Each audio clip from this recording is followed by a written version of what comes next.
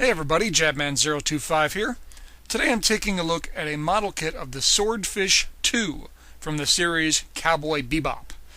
Now I've always loved the design of the Swordfish II and I've always wanted a model kit of it, but finding a kit of this particular ship is really difficult. I've been tracking one down for a long time and I've always wanted one.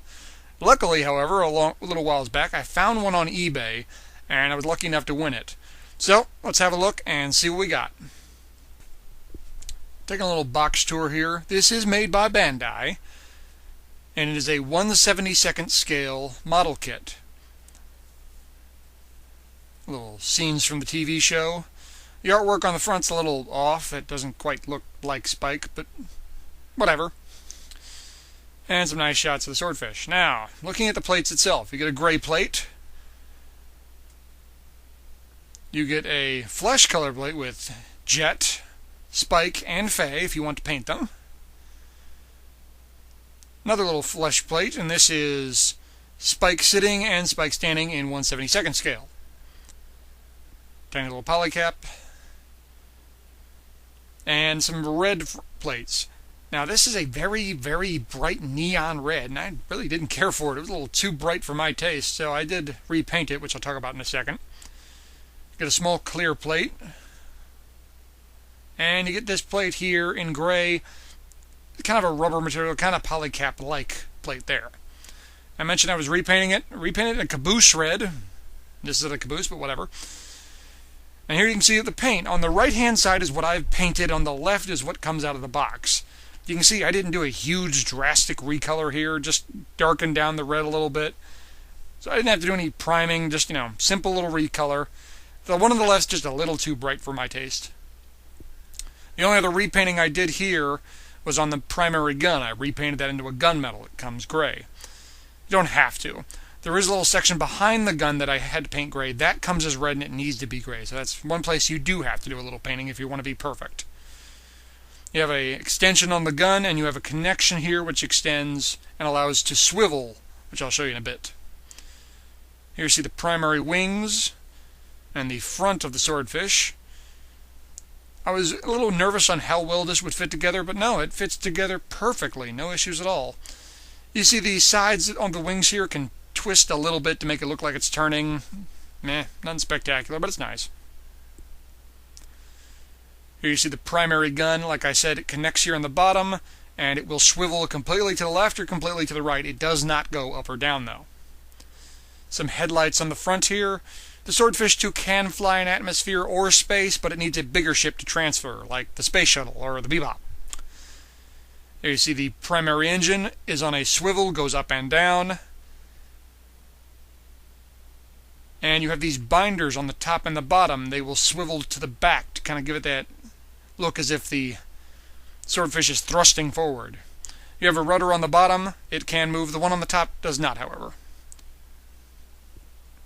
Now, here you see little Spike sitting on his little motorcycle type thing. This is the command module. And you see the Spike has to be painted and glued together a little bit. Blue, yellows, a little bit of black. And this clear section wraps around him like a sphere as a cockpit. And you can have this in or out, your choice. These cables here come off if you're going to put it inside this swordfish, as you probably would. Now, the entire white part needs to be painted yellow. If you want it to be perfect, you can do some clear yellow to make it look right. Also, you have to paint the frame itself, so a little bit of gray. You don't have to, it looks good clear, but if you want it to be perfect, you got to do some repainting here. And here you see. That top part just slides open, and you can set it right in there, and it locks into place real good. Now at this point, the Swordfish II looks great. I'm really happy with it. But the problem is, it looks too good. Swordfish II was never a really good-looking ship. It was always beat up and scratched and, beat to snot, as everything was in Cowboy Bebop. So, I roughed this kit up a little.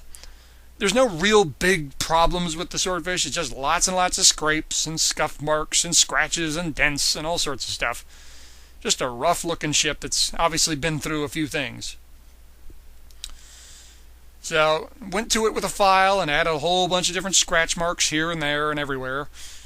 Kind of kept the theme of it all, flying forward, so, nicks and cuts going from front to back. To line in those cuts, I used a dark gray Prismacolor painting pen. This is a little bit more permanent and it's good for getting in those tiny little slots and giving that tiny little, chip and cut mark.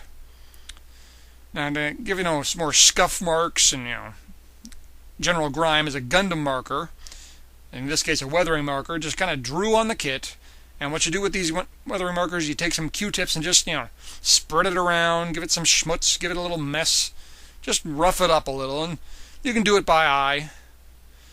And finally, Prismacolor Silver Pen. This is to give that illusion that we're working with metal. You add a little bit of silver here to look like, nicked paint. Little cuts and scrapes here. Not a whole lot.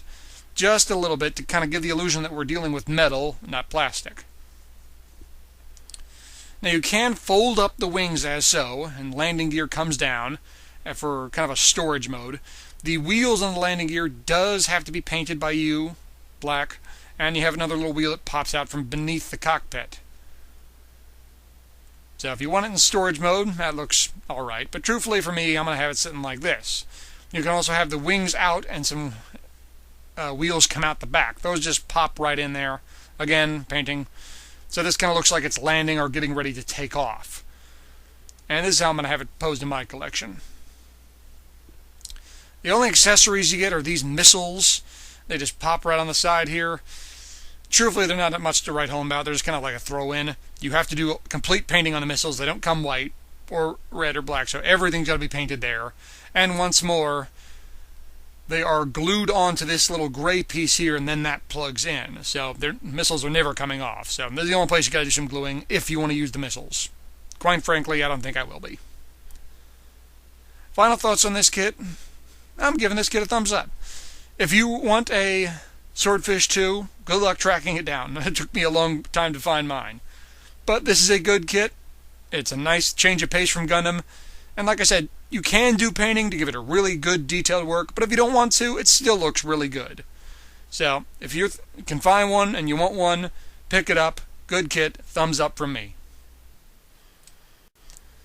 Well, gang, thanks for watching. Bit of a change of pace with this kit, but it's nice to mix things up now and then. Let me know what you guys think with a comment. You guys know I love reading them. If you got any questions, ask them. I'll answer them as best I can. Thanks again for watching, guys, and I'll see you next time. Oh, and, one more thing. See you later, Space Cowboy. I'm in space.